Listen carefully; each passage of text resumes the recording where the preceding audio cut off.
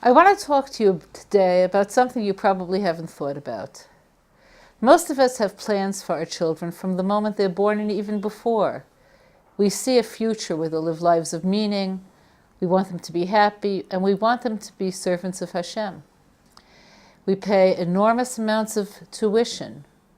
We do everything in our power, from Uncle Moishy CDs and onward, to give them what they need, not just on the outside, food, clothing, shelter, toys, but on the inside. Not everyone succeeds.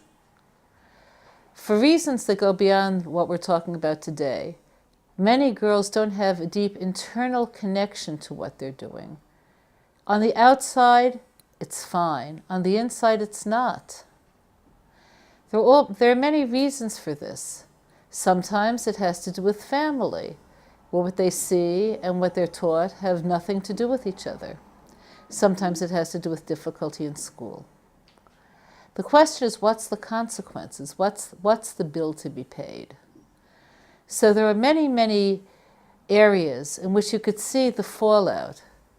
You could see it with people who are very disaffected, who are observant for name's sake.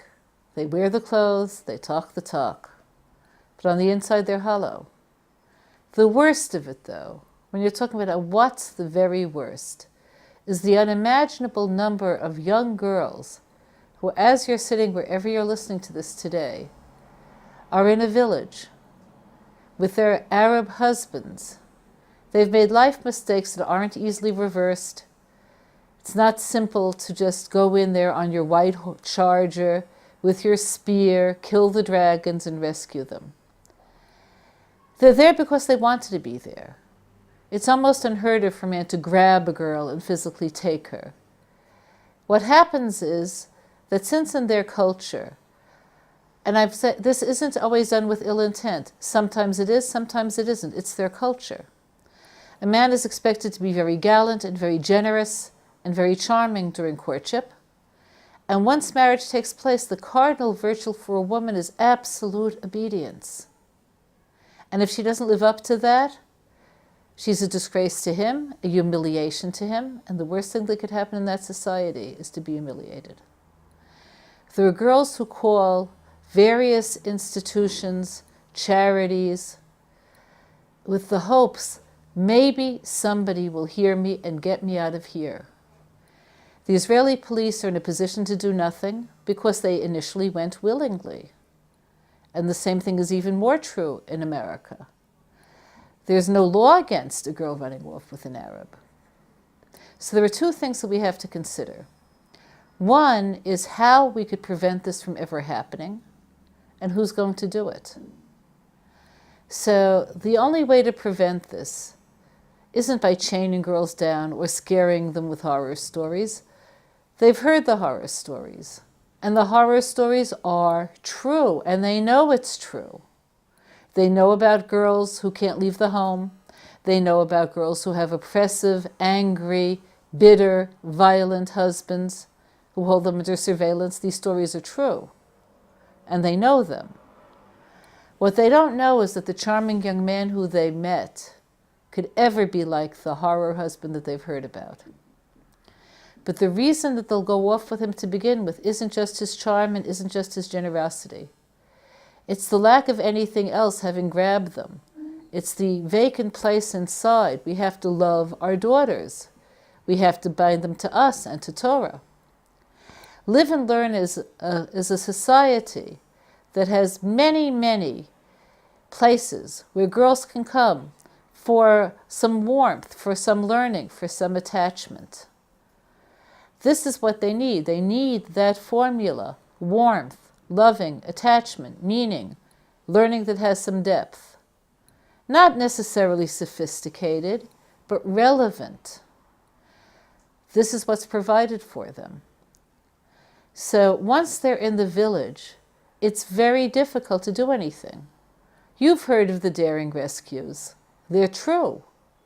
These are not made-up stories. It's true. There have been people go into the village by car, grab the girl, get out fast. Rav Yitzchak David Grossman did a rescue like that. But that's not a situation anybody would want for their daughter. Nobody wants their daughter to be rescued.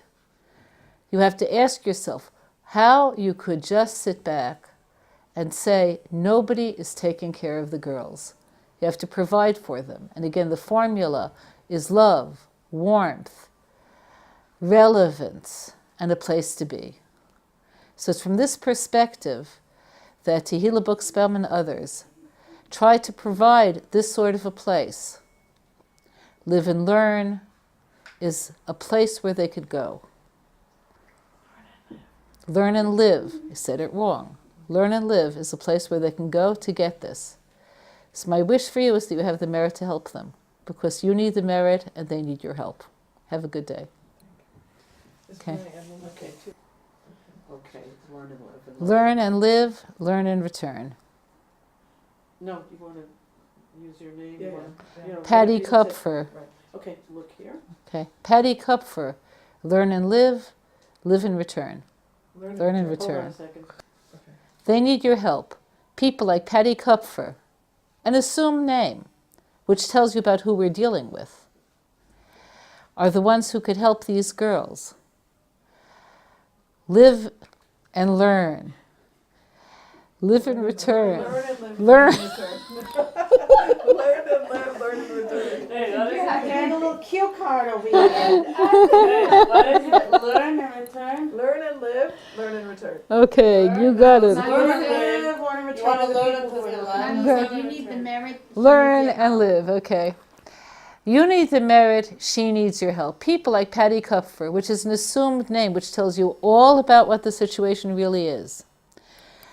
They take care of places like Learn and Live, Learn and Return, places where girls will get what they need, the love, the warmth, the care, and the relevance. Okay. Can you say that something like, doesn't it make more sense to try to reach these girls before they get taken? The most I big deals we're doing is the I said that relationship. enough. They're already in